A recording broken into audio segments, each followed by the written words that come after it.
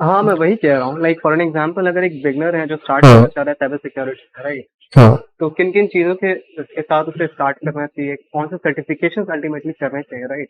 जैसे अगर मैं बात करूँ कॉम्पिया सिक्योरिटी प्लस के लिए कोई बोलते हैं, तो कोई ए प्लस की बात करते हैं, तो कोई कहते हैं नेटवर्क प्लस करो, राइट?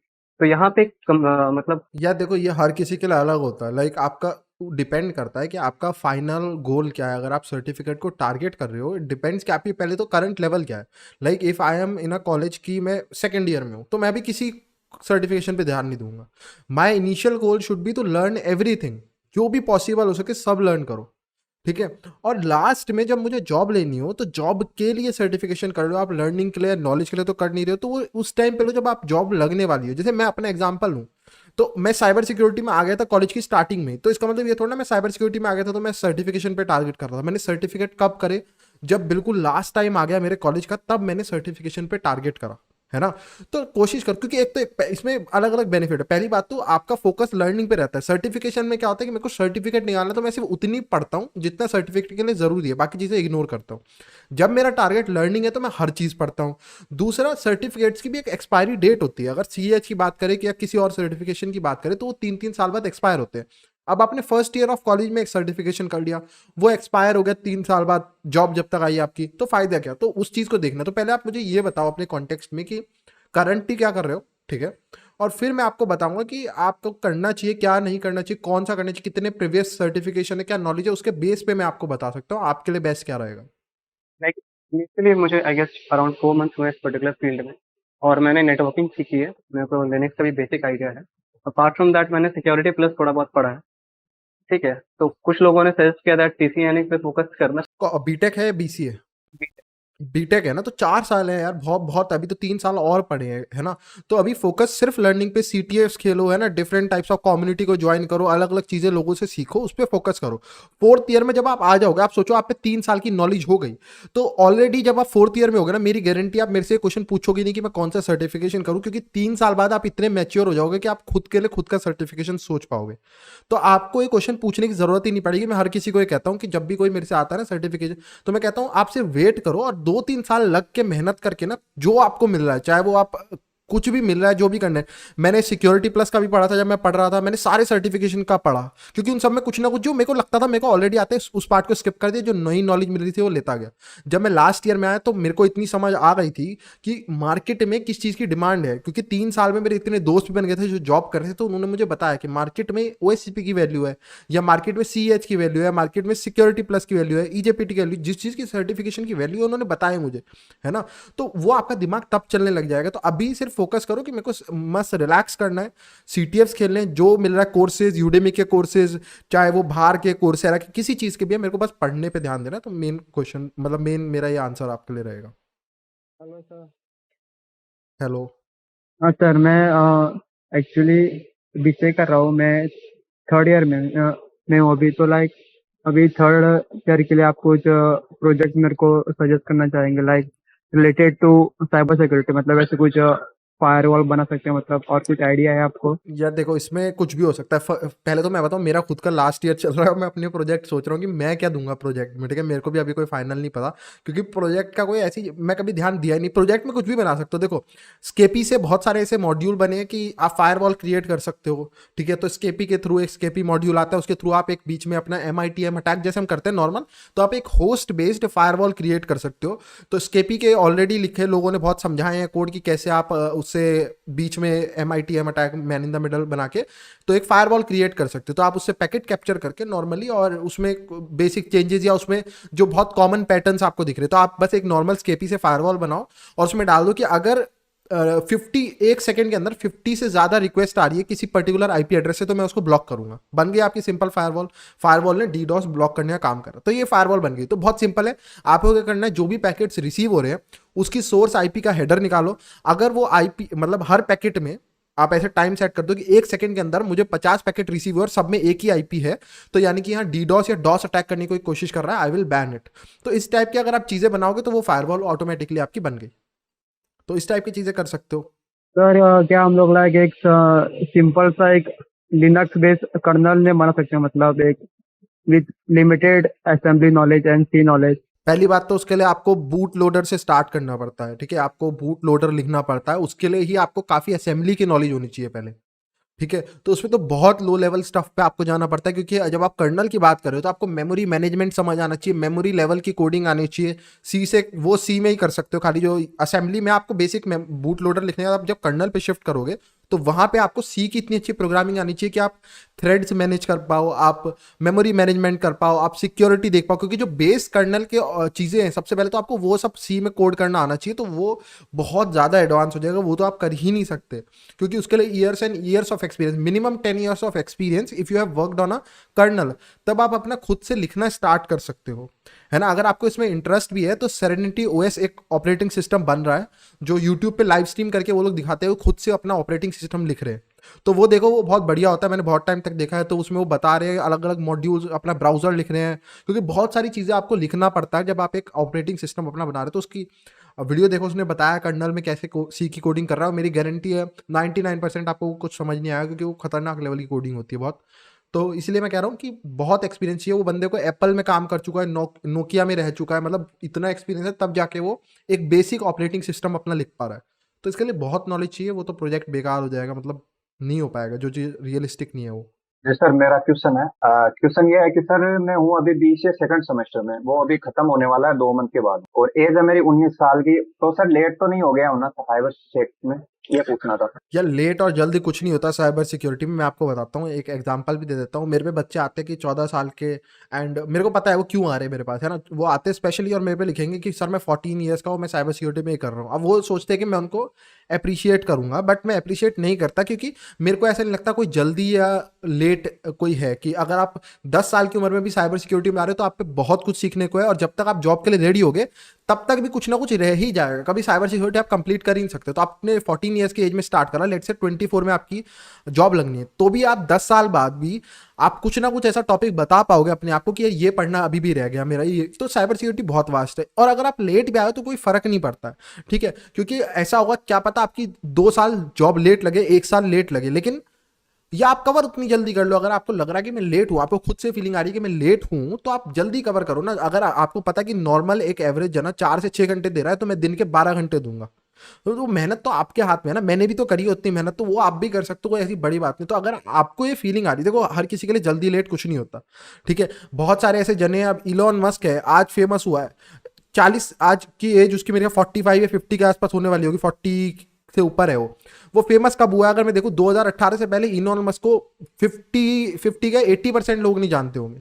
तो वो अब फेमस हुआ ना, तो इसका मतलब क्या हो गया कि वो लेट था क्या? ऐसा कुछ नहीं है। तो इलॉन मस्क आज फेमस हो, कितने सारे ऐसे जने जो जिनको आप लेट जानना शुरू कर रहे हो, बहुत सारे अर्ली भी हैं। तो अगर आप देखोगे इलॉन मस्क कब आया? जब वो 40 की एज में था। आज वो बिल गेट्स से ऊपर है। बिल गेट्स कब आया था? जब वो 21 साल का था, 21 का। उसने अपना माइक्रोसॉफ्ट लिख दिया था, है ना? माइक्रोसॉफ्ट का ऑपरेटिंग सिस्टम विंडोज। तो अब वो 21 साल में आके आज भी वो एलन मस्क से नीचे है। अगर आप उसकी नेटवर्थ देखोगे, है ना, तो वो नीचे है आज भी। इलॉन मस्क की पॉपुलैरिटी भी ज्यादा है, उसने काम भी लोग कहते हैं ज्यादा करा, उसने इतनी बड़ी बड़ी चीजें कर दी। तो ऐसा कुछ नहीं, कोई लेट या जल्दी कुछ नहीं होता, क्योंकि बाद में आए हुए लोग भी कई बार इतना ऊपर चले जाते हैं कि जो नए पहले आए थे उनको भी पीछे छोड़ देते हैं। तो जैसे मैं हूँ तो हमने काफी सारे चैनल्स को पीछे छोड़ दिया, मेरे से पहले भी काफी चैनल्स ने ज्वाइन करा, ठीक है? नहीं चल पाए, हमारा चैनल चला। तो ऐसा कुछ नहीं कि बाद में आए तो क्या पता हमारे पे ऐसी थिंकिंग हो जो बाकी लोगों में है ही नहीं, है ना? हम अलग कर पाए कुछ साइबर सिक्योरिटी में, तो उसका कोई फर्क नहीं पड़ता यार। तो नेक्स्ट क्वेश्चन सर ये है मेरा हाँ। कि लोग मशीन कोई कोई जैसे काली को सजेस्ट करता है, कोई करता है लिनक्स मिंट को पे जाता है। तो मैं हूँ तो फुल बिगिनर ही अभी, लिनक्स यूज करूँ या फिर उबंटू पे जाऊँ? बाकी VMware में मैंने काली लिनक्स इंस्टॉल कर रखा है। यार फर्क नहीं पड़ता, देखो मैं बता रहा हूँ, फर्क नहीं पड़ता किसी पे भी रहो, सबका कमांड सब कुछ सेम है। अंतर कहाँ है?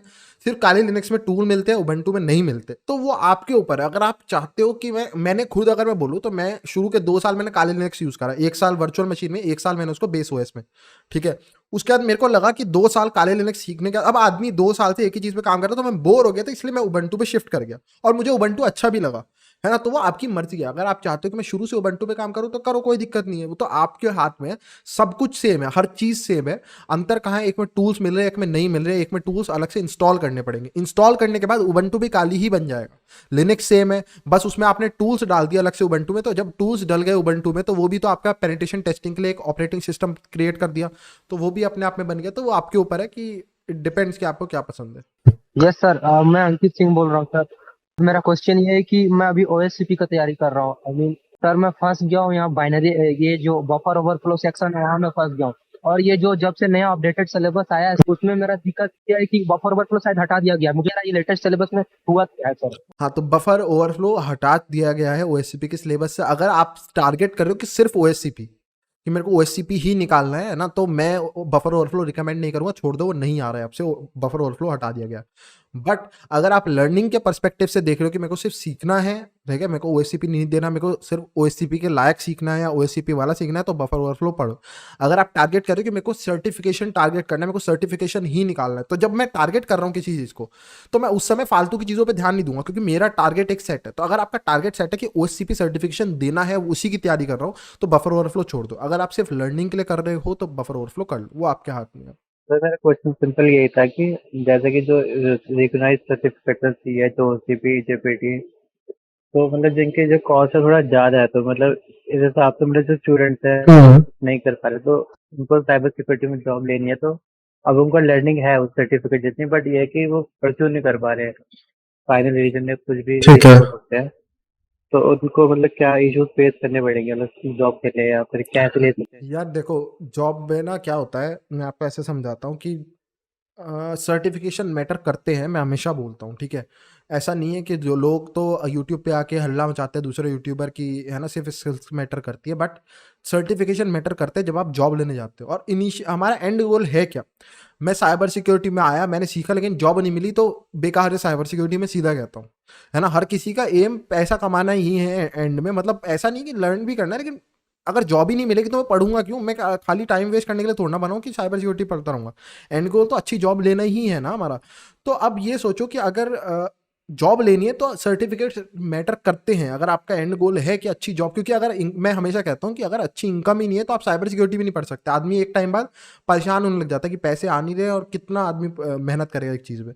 तो अगर आपका गोल वो है तो आप सर्टिफिकेट मैटर करते हैं, और अगर आप पे सर्टिफिकेट नहीं है तो फिर मैटर करता है कि जॉब लेना मुश्किल तो होगा ऑफ कोर्स, है ना। या तो आपको स्टार्टअप वगैरह में छोटी जॉब मिलेंगी, या फिर एक तरीका ये है कि अपनी सोशल नेटवर्क ऐसा बनाओ, है ना, बहुत लोगों से जान पहचान, लिंक्डइन पे जान पहचान बनाओ कि वो आपको रेफर करे। जब रेफरल मिलता है तो सर्टिफिकेशन इतना मैटर नहीं करता। अगर मान लो मेरी कंपनी में कोई ओपनिंग है और मैं कहता हूँ कि भाई मेरे को इस जने पे भरोसा है, इसे रख लो, मेरे को पता है इसकी नॉलेज अच्छी है और इसको जो हम काम करते हैं इंटरनल वो सारा इसको आता है, तो तुम्हें टाइम वेस्ट नहीं करना पड़ेगा इसकी ट्रेनिंग पे। मैं तुम्हारे को प्रमोट करता हूँ इंटरनली, मतलब promote in the sense referral देता हूँ कि ये जना लायक है, इसे ले लो।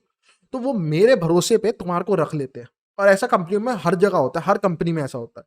तो अगर तुम्हें लगता है कि तुम ऐसा नहीं कर सकते तो अपना नेट, बहुत लोगों ने ऐसा करा, लिंक्डइन पे रेगुलर अपडेटेड रहो, है ना, लिंक्डइन पे काम करो, लोगों से पहचान बनाओ, उन्हें मैसेज करो कि सर मेरे को आपका कंटेंट बहुत अच्छा लग रहा है और मेरा ध्यान रखना अगर आपकी कंपनी में कोई जॉब निकले, है ना, I am looking for a job, post डालो। तो वो सब आपको करना पड़ेगा अगर आप पे सर्टिफिकेशन नहीं है। नेटवर्क क्रिएट करो, रेफरल्स का इंतजाम करो कहीं से, उसके थ्रू जॉब मिल जाती है, उसमें फिर सर्टिफिकेशन नहीं। अगर मैं आपकी बोल रहा हूँ कि मेरी कंपनी में कि मैं जिम्मेदारी ले रहा हूँ इस जने की रख लो, तो फिर आपको काम हो जाता है। तो ये एक तरीका है, ज़्यादा अच्छा, जो सबसे बेस्ट तरीका होता है, चाहे सर्टिफिकेशन है या नहीं, रेफरल्स सबसे बेस्ट तरीका होता है। ज़्यादातर जॉब इसी के थ्रू लगती है आजकल इंडस्ट्री में, जो देखोगे। साइबरट्रॉन यार, जो बेसिकली मुझे ये पूछना था कि अभी मैं सेकेंड ईयर में हूँ और मैंने नेटवर्किंग, लिनक्स और बैश और 8086 लैंग्वेज भी सीखी है। अभी एंड सेम का एक महीना हॉलीडे होगा, वो एक महीने में क्या क्या करूँ आगे? एक महीना पूरा फ्री है ना, मस्त, मतलब पूरा फ्री है ना एक महीना, आपका एक महीना फुल फ्री है ना, मतलब कुछ नहीं करना, ठीक है। तो और अभी क्या क्या आता है आपको? नेटवर्किंग आता है, बैश आता है, लिनक्स आता है। तो अब हम यहाँ बात करते हैं, साइबरट्रॉन का क्वेश्चन था कि क्या करें। अगर मैं आपकी जगह हूँ, मेरे पे एक महीना किसी ने बोल दिया है और मेरे को, मतलब मेरा स्पेसिफिक है कि पूरा अच्छे से इस एक महीने को यूटिलाइज करके सीखना है ना, तो मैं हमेशा दो प्लान बनाता हूँ। एक बनाओ अपना वीकेंड का और एक बनाओ वीकडे, यानी कि मंडे टू फ्राइडे अलग होगा, सैटरडे संडे अलग होगा। तो मैं मंडे टू फ्राइडे में सिर्फ सीखूंगा, मंडे टू फ्राइडे में डिफरेंट कोर्सेज में अपने आप को डाल लो, है ना, बहुत सारे कोर्सेज मिल जाते हैं, लीग भी मिल जाते हैं, सब कुछ मिल जाता है। तो आप अपने कोर्सेज जो भी मैं ऐसा करूंगा 2 घंटे 3 घंटे क्लाउड का एक कोर्स पढ़ूंगा, अगले 2-3 घंटे मैं पढ़ूंगा लेट से कि मेरे को पढ़ना है एपसेक का, एप्लीकेशन सिक्योरिटी, अगले 2-3 घंटे वेब एक्सप्लॉयटेशन, अगले 2-3 घंटे, ऐसे करके मैं 10-12 घंटे का अपना बना लूंगा कि ये लगातार मुझे पढ़ना है। और वीक एंड्स पे जब हम सैटरडे संडे की बात करते हैं तो मैं सीटीएफ खेलूंगा, सिर्फ सीटीएफ खेलना है, कुछ सीखना नहीं है। तो आप मंडे टू फ्राइडे चीजों को सीख रहे हो, प्रैक्टिस भी कर रहे हो। सीखने का मतलब ये नहीं सिर्फ वीडियोस देख रहे हो, जो जो वो लोग सिखा रहे हैं, अगर वो कोई कोर्स प्रैक्टिकल कोर्स है तो उसको प्रैक्टिकली करके भी देख रहे हो, साथ साथ सब कुछ कर रहे हो। लेकिन सैटरडे संडे में कोई कोर्स नहीं देखूंगा, मैं कोई यूट्यूब वीडियो नहीं देखूंगा, मैं आर्टिकल नहीं देखूंगा, सिर्फ सीटीएफ खेलूंगा। प्रैक्टिकली जितना मैंने सीखा, क्या मैं नया कुछ कर पा रहा हूँ या नहीं, ऐसा ना हो ना मैं सीख ही जा रहा हूँ और जब सैटरडे संडे आए, जब प्रैक्टिकल की बारी आए तो मुझे पता चले कि हालत टाइट है, कुछ आया ही नहीं मुझे तो समझ, बस दिमाग में घुस रहा था और वो दूसरी तरफ से निकल रहा था। तो वो सैटरडे संडे अपने आप को प्रूव करो कि अपने आप से आपको फीलिंग आनी कि हाँ मैं कुछ सीख रहा हूँ। तो वो कैसे आएगी, जब आप सीटीएफ में कुछ अच्छा कर पाओगे ना। आपने एक सीटीएफ ज्वाइन करा, आपका पहला सीटीएफ कंपटीशन है, सीटीएफ टाइम पे जाओ कंपटीशन खेलने लगो, पहला सीटीएफ होगा आपकी, लेट से 400 के अंदर आप 300 रैंक पे आए। आपने ऐसे 2-3 हफ्ते खेला, तीसरे हफ्ते आपने देखा कि अब मेरी 300 आया था पहले, अब मैं 200 पे आ गया, उसके बाद 100 पे आ गया, टॉप 50 टॉप 10। तो आपको खुद को दिखेगा, सेल्फ मोटिवेशन मिलेगी, ग्रोथ हो रही है आपकी। आपको वरना पता ही नहीं चलेगा। कुछ लोग ये होते हैं कि ये बस ऐसे पढ़ रहे हैं, ये यूट्यूब देख लिया, कोर्सेज देख लिया, बढ़िया चीज़ है, लेकिन आप खुद को प्रूव नहीं कर रहे हो कभी। और जब जॉब का टाइम आएगा तो ऐसा हो सकता है जॉब पे जाके आप बिल्कुल खत्म हो जाओ, क्योंकि आपको कभी आपने अपने आप को प्रूव नहीं करा, कभी एग्जाम नहीं दिया। सीटीएफ आपका एक एग्जाम है। तो हमेशा सैटरडे संडे में कोशिश करो कि मैं प्रैक्टिकली कैसे कर सकता हूँ। ये खुद भी मैं करता था जब तक मेरी सर्टिफिकेशन नहीं करे थे मैंने, क्योंकि उसका मैं सर्टिफिकेशन पे फोकस कर दिया था। तो सर्टिफिकेशन से पहले हमेशा मेरा यही था कि मैं मंडे टू फ्राइडे होते ही नहीं है सीटीएफ कंपटीशन, सिर्फ सैटरडे और संडे में होते हैं। तो मंडे टू फ्राइडे जो मर्जी मन में आए वो करो, आप सीखो, आर्टिकल्स पढ़ो, यूट्यूब वीडियो जो मर्जी करो। सैटरडे संडे मैंने बुक था कि एक या 2 सीटीएफ खेलने हैं और उसमें पूरी जी जान से रिवर्स इंजीनियरिंग भी ट्राई करनी है, क्रिप्टोग्राफी भी, वेब एक्सप्लॉयटेशन भी, फॉरेंसिक्स भी, सब सीखा मैंने। तो वो मेरे को प्रैक्टिकली इतना ज़्यादा बूस्ट कर दिया।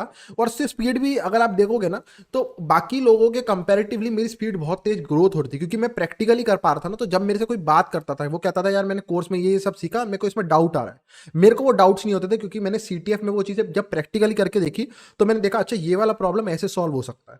तो प्रैक्टिकल का ये फायदा होता है। तो हमेशा प्रैक्टिकल के लिए 2 दिन डालो कि मैं सीटीएफ ही खेलूंगा, बुक कर लिया, और बाकी दिन आप जो मर्जी करो, वो आपकी मर्जी है, आपको जो पसंद है वो पढ़ो। तो मैं ऐसे करता हूँ, मतलब मेरा ये रहता।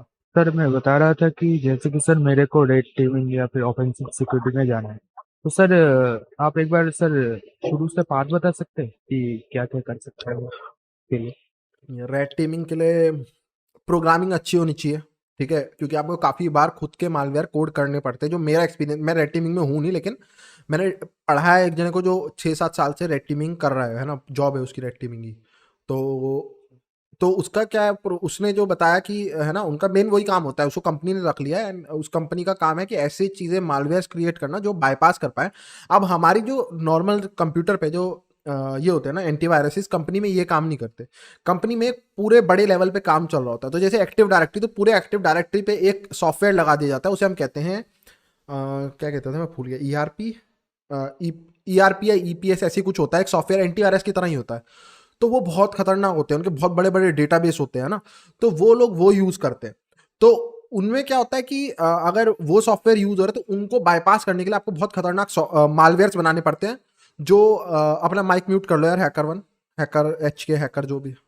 हाँ, तो इसमें आपको बहुत खतरनाक मालवेयर से लिखने पड़ते हैं। तो एक तो प्रोग्रामिंग पे आपका फोकस होना चाहिए रेड टीमिंग के लिए, है ना, और पावर शेल जैसी प्रोग्रामिंग लैंग्वेज, बैश जैसी प्रोग्रामिंग लैंग्वेज जो एक ऑपरेटिंग सिस्टम पे बाय डिफॉल्ट आती हैं, क्योंकि आपको उन्हीं पे काम करना पड़ता है शेल मिलने के बाद, है ना। पाइथन तो इंस्टॉल आएगी नहीं हर किसी के विंडोज पे। अगर मैं किसी को टारगेट कर रहा हूँ, आपको टारगेट, अब लेट से आपके सिस्टम पे पाइथन नहीं है लेकिन मुझे तो पाइथन आती है, तो मैं आपके सिस्टम पे काम कैसे करूंगा। तो पावर शेल जैसी लैंग्वेज हो गई, है ना। उसके अलावा टेक्निक सीखनी पड़ती है कि आजकल मार्केट में सबसे लेटेस्ट टेक्निक क्या चल रही है, कि कैसे हम इवेट कर सकते हैं एंटीवायरस को, कैसे ट्रोजन्स बना सकते हैं, कैसे different types of worm, ransomware कैसे क्रिएट कर सकते हैं, रैनसमवेयर को बाईपास कैसे कर सकते हैं, रैनसमवेयर को बचा कैसे सकते हैं अपने। तो वो सारी टेक्निक्स पे फोकस रहता है। तो इन सब चीज़ों पे आपको मेजर फोकस रहना चाहिए कि ज़्यादातर जो मालवेयर से रिलेटेड कि खुद के बनाने भी आने चाहिए, बाईपासिस करने भी आने चाहिए, कि कैसे एक अच्छे खासे मालवेयर, एक मार्केट में बढ़िया मालवेयर है तो फिर मैं अपना क्यों लिखूंगा जब अवेलेबल है? तो मैं उसी मालवेयर में मॉडिफाई करके कुछ ऐसी टेक्निक्स डालूंगा जिससे उसको पकड़ ना पाए, है ना, सिस्टम एंटीवायरस वगैरह। तो उन चीज़ों पे आपका मेजर फोकस रहना चाहिए। सर अगर टीम में आपने जैसे बोला तो सर शुरू से क्या क्या सीखना पड़ेगा? अभी बताया, प्रोग्रामिंग, पावर शेल है ना, पाइथन प्रोग्रामिंग, पावर शेल हो गया, विंडोज़ के इंटरनल अच्छे से सीखो, विंडोज़ के सारे कमांड्स अच्छे से आने चाहिए, लिनक्स के अच्छे आने चाहिए। इवेजन टेक्निक्स मार्केट में नई नई क्या चल रही हैं, कैसे करते हैं, और रजिस्ट्रीज के बारे में अच्छे से पढ़ो, कौन कौन सी रजिस्ट्रीज का आप बेनिफिट उठा सकते हो। तो इन सब चीज़ों से मतलब आप अपने ऑपरेटिंग सिस्टम, आपको एक ऑपरेटिंग सिस्टम दिया जाएगा, उसको कैसे एक्सप्लॉइट कर सकते हो, कैसे एंटीवायरस से बच के उसका शेल लिया जा सकता है, उसमें रैंसमवेयर मतलब different types of malware execute कर सकते हैं। आपको मेजर फोकस उस पर रखना है। तो उससे रिलेटेड जो भी चीज़ मिल रही है ना, वो आपको पढ़ के सीखनी है। Okay sir. और सर मैं बता रहा था अगर हमने रेड टीम सीख लिया तो इंडस्ट्री लेवल पे प्रोफाइल क्या रहता है रेड टीम का? तो यार ये कंपनी टू कंपनी डिपेंड करता है। कंपनी सिक्योरिटी कंसल्टेंट भी लेती हैं, उसको भी रेड टीमर बना देती हैं। अगर वो रेड टीमिंग की कंपनी है, फोकस करती है रेड टीमिंग पे, तो वो सिक्योरिटी एनालिस्ट भी हो सकता है, कंसल्टेंट भी हो सकता है, रेड टीमर नाम से भी हो सकता है, पेनिट्रेशन टेस्टर नाम से भी। तो वो कंपनी टू कंपनी, उस पर ध्यान मत दो। हर कंपनी का अपने अलग अलग लोगों ने बना रखा है, तो उस पर कोई फायदा नहीं है ध्यान देके। सर ये टेक्निकल बैकग्राउंड की जरूरत होता है सर असल में? इसमें मैं क्या कहूँ यार, कुछ लोगों का बीबीए वाले भी लग जाते हैं, कुछ नहीं भी लग पाते, तो इसमें मैं कुछ कह नहीं सकता। ऑफ कोर्स दिक्कत आती है आपको, लेकिन ऐसा नहीं कि मैं बिल्कुल मना कर दूं कि हो ही नहीं सकता, तो ऐसा नहीं है। हो सकता है दिक्कत आए, लेकिन ऐसा कोई खास फर्क नहीं पड़ेगा। सर लाइक जैसे लिनक्स पढ़ लिया और नेटवर्किंग पढ़ ली, फिर जंप किया सीटीएफ पे, तो सर सीटीएफ कोई भी सीटीएफ उठा के देख लो, उसको सोल्व करने जाते हैं तो सर उसका लॉजिक है वो कैसे पता चलता है कि लाइक पहले ये करना पड़ेगा फिर ये मिलेगा सीटीएफ ऐसे ऐसे करके। समझ गए होगे क्वेश्चन आप मेरा लॉजिक? इसका लॉजिक ये रहता है कि सीटीएस में अगर आप डायरेक्टली उतरोगे ना, तो आप बहुत बहुत मुश्किल है कि आप सीटीएस में स्टार्ट कर पाओगे। आपको कोई ऐसा जाना चाहिए होता है जिसको देख के आप कर पाओ। आपको ऐसी टीम चाहिए जो लोग कर रहे हो ऑलरेडी, उनसे सीख सीख के कर पाओ। तो या तो आप कोई टीम का पार्ट हो जिसको सीख सीख के आप कर पाओ, या फिर आप पहले सीटीएफ स्टार्ट करने से पहले ना दुनिया भर की लाइव स्ट्रीम या लोगों ने बना के डाल रखे हैं कि सीटीएफ कैसे चैलेंजेस सॉल्व होते हैं। जॉन हेमंड, लाइव ओवरफ्लो, एक आधा मैंने भी डाला था शायद, शक्ति सीटीएफ था, उसकी वीडियो डाल रखे।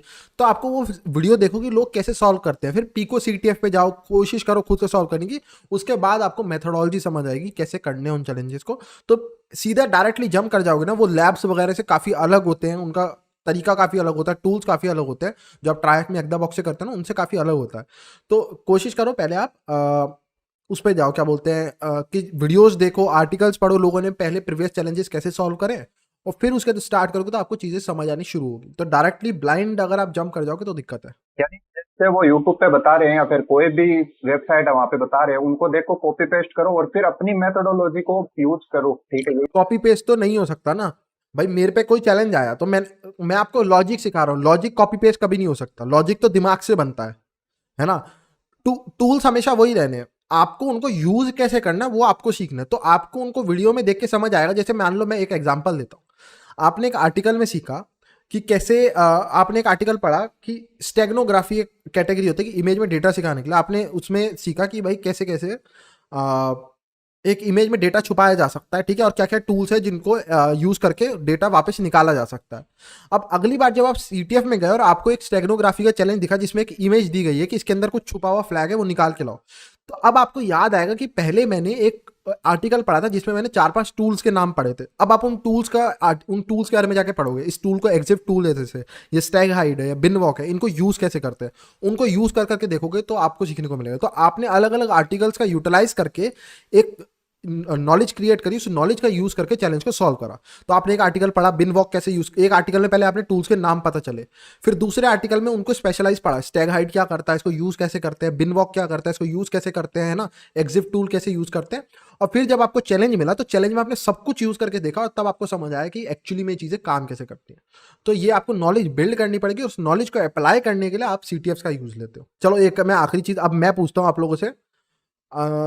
ठीक है, तो अब क्योंकि काफ़ी स्ट्रीम पे लोग भी आ गए हैं, तो ये बताओ भाई, चैनल को पसंद क्यों करते हो, चैनल क्यों देखते हो, और क्या है ऐसा चैनल? मेरे को भी तो खुशी मिले कुछ, मैं इतना आंसर कर रहा हूँ तो मेरे को भी तो बताओ कि ऐसा क्यों पसंद है इस चैनल पे, सब्सक्राइब क्यों करा, क्यों पसंद है ये चैनल? रीजन ये है कि डाउन टू अर्थ हो और रिप्लाई दे दो। तो वीडियो पसंद नहीं आती, सिर्फ मेरे रिप्लाई के लिए आते हो? नहीं सर, नहीं आपके चैनल में वीडियोस तो बाकी चैनल देखिए, जितनी चैनल पे वीडियोस है नेट प्लेलिस्ट मैंने सर आज सर के शायद शुरू के 50 वीडियो वो 2 बार देखे हैं, वो नोट्स भी बना रखे हैं, तो मीन्स वो समझ में भी आता है और डाउन टू अर्थ तो हो ही आप।